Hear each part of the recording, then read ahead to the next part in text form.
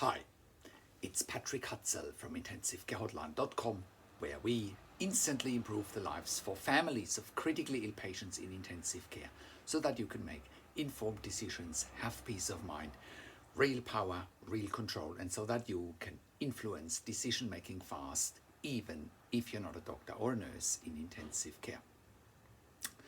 This is another episode of Your Questions Answered, and in today's episode I want to update you with a question that we've had from a client in the last couple of days. And the question is, my 47-year-old dad is in ICU with COVID-19 and he's on a ventilator, and the ICU team is telling me that he's dying. Is this real? So this is really a timely episode. It is now April 2020, and here at Intensive Care Hotline we are very concerned of what we're seeing all around the world. Really, our phones keep ringing all the time with more and more patients going into ICU and into hospitals because of the coronavirus and the COVID-19 situation again all around the world. This is very concerning. ICUs and intensive care units all around the world seems to be getting more and more COVID-19 admissions. More and more families are being locked out of intensive care because of precautions, because of ICUs obviously being concerned that A, families get infected, or B, bringing in the virus themselves. So this is a really grave situation, especially in the United States at the moment, in the UK. Very, very difficult situations, and a lot of patients are unfortunately dying, and people and families can't be with their loved ones, and this is a real tragedy all around the world unfolding at the moment. And also it's a tragedy for intensive care staff that are at high risk looking after coronavirus or COVID-19 patients. It's equally important for intensive care staff to protect themselves from the virus. So it's an unprecedented situation that we're seeing at the moment all across the world, whether it's for patients, for families, and of course for the hardworking intensive care staff caring for those patients. But anyway, coming to our client, Jessica, that contacted us in the last few days, or in the last 48 hours even. She said that her dad has had symptoms since last Sunday of a cough, of a fever, tiredness, fatigue, and initially he, on the Monday, then he got tested for COVID-19. It obviously took about 48 hours to get the result back. After about 48 hours, the result came back as positive, and within another less than 12 hours, he ended up in the emergency room, struggling to breathe. He got admitted into intensive care. Initially, he was breathing on BiPAP/CPAP, and then within less than another 12 hours, he got intubated and ended up on a ventilator in an induced coma. So when he first went into intensive care, they did a chest x-ray. It showed that his lungs had collapsed. He was developing more and more a picture of ARDS, or lung failure, which again a lot of COVID-19 patients get diagnosed with, especially the ones that end up in ICU. Within hours, his kidneys shut down. He went into liver failure and showed signs of a severe sepsis with significant hypotension. Blood pressure was dropping. He ended up on significant levels of inotropes and vasopressors. And his heart, seems to be still pretty strong. He's got a normal heart rate of 80 to 100. His troponin was negative, so there was no sign of a heart attack or a myocardial infarct. The intensive care team couldn't feed Jessica's dad because he was just simply too sick to take any nutrients in. We have been talking to the doctors directly to get a good picture of the doctors and the nurses to get a good picture of what is happening. Initially, when Jessica's dad got intubated, he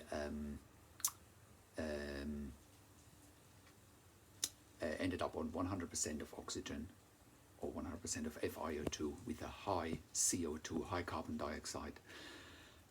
Ended up on a bicarbonate drip to manage the acidosis that resulted from the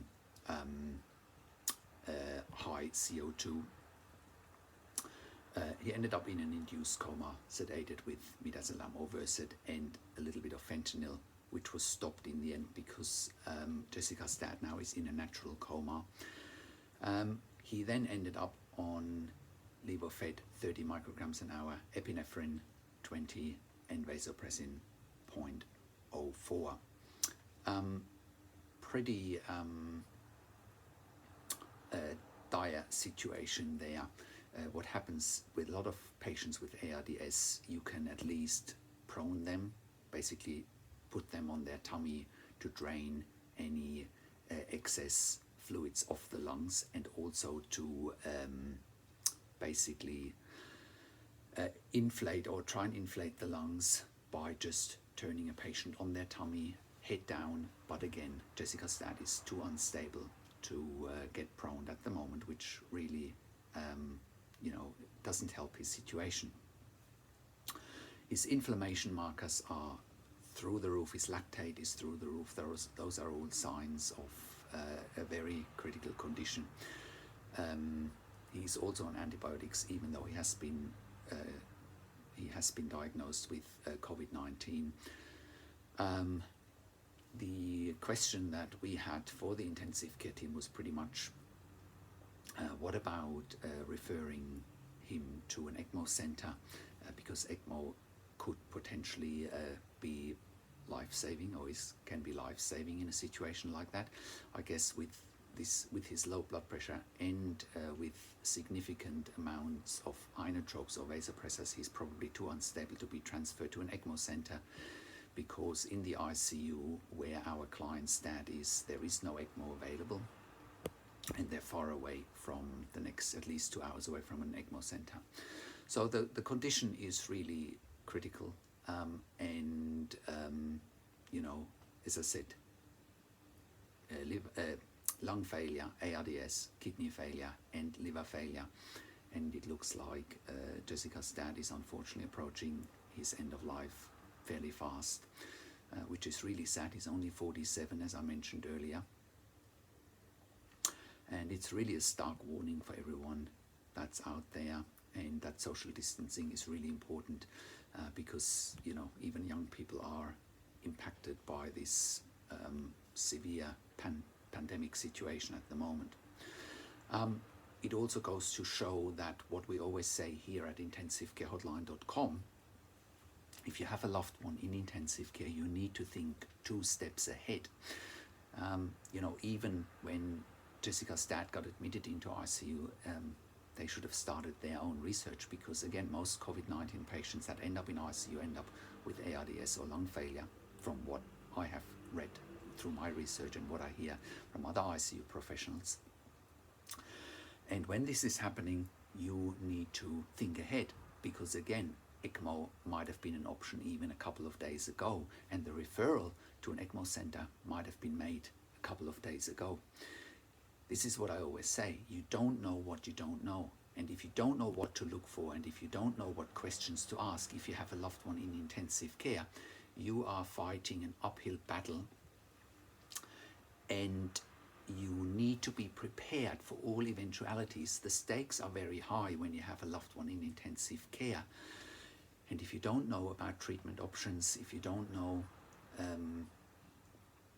about the steps ahead, it's very difficult for you to manage the dynamics. The intensive care team often is not sharing all treatment options with you unless you ask, especially at the moment where ICUs are full and where ICUs are operating at capacity. Doctors and nurses are at their limits. So if you are not stipulating them with the right questions, it could be too late. And it looks like for patients with COVID-19, they're deteriorating rapidly.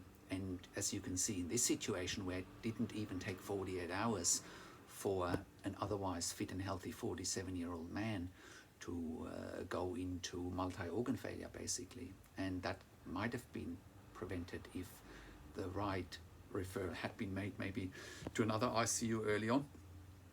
To have ECMO as a treatment option might have been, Jessica might have, and her family might have been able to prevent this situation. So, as I said, very dire situation out there in the world at the moment, unprecedented. I haven't seen anything like it. I don't think anybody living at the moment has anything like it, seen like it, unless people have been through World War II or through the Great Depression. So we are living in unprecedented times at the moment, and I can only urge everyone out there to keep managing their social distancing, and help stop spreading this virus until it can hopefully be slowed down or a vaccine can be found. So if you have a loved one in intensive care with COVID-19 or with any other critical illness, please contact us on one of the numbers on the top of the website, or send me an email to support@intensivecarehotline.com. You see, this is another issue at the moment with so many COVID-19 patients in ICU.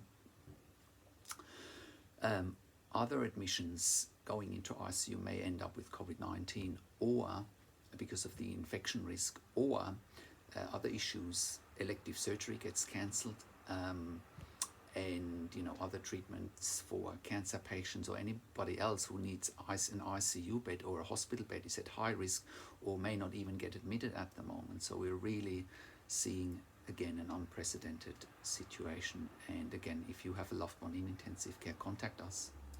So how can you become the best advocate for your critically ill loved one? How can you make informed decisions, get peace of mind, control, power and influence quickly whilst your loved one is critically ill in intensive care? You will get to that all-important feeling of making informed decisions, get peace of mind, control, power and influence when you download your free Instant Impact Report now by entering your email below.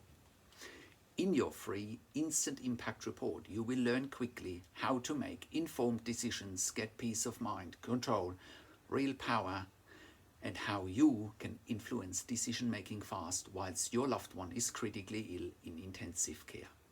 Your free Instant Impact Report gives you in-depth insight that you must know whilst your loved one is critically ill or is even dying in intensive care. Sign up and download your free Instant Impact Report now by entering your email below. In your free Instant Impact Report, you will learn how to speak the secret intensive care language so that the doctors and the nurses know straight away that you are an insider and that you know and understand what's really happening in intensive care. In your free report, you will also discover how to ask the doctors and the nurses the right questions, discover the many competing interests in intensive care and how your critically ill loved one's treatment may depend on those competing interests, how to eliminate fear, frustration, stress, struggle and vulnerability even if your loved one is dying. You will get 5 mind-blowing tips and strategies helping you to get on the right path to making informed decisions, get peace of mind, control, power and influence in your situation. You will get real-world examples that you can easily adapt to your critically ill loved one's situation. How to stop being intimidated by the intensive care team and how you will be seen as equals. You will get crucial behind-the-scenes insight so that you know and understand what's really happening in intensive care, and how you need to manage doctors and nurses in intensive care, and it's not what you think. Thank you for tuning into this week's Your Questions Answered episode, and I'll see you again next week in another update.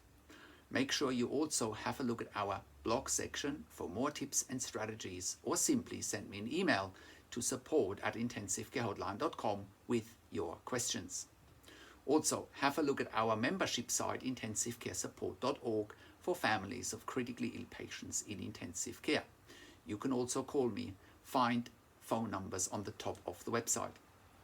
Also, have a look at our ebook section, and you can also get one-on-one consulting and advocacy with me over the phone, via Skype and via email, by clicking on the relevant tabs on the top of the website. This is Patrick Hutzel from intensivecarehotline.com, and I'll talk to you in a few days.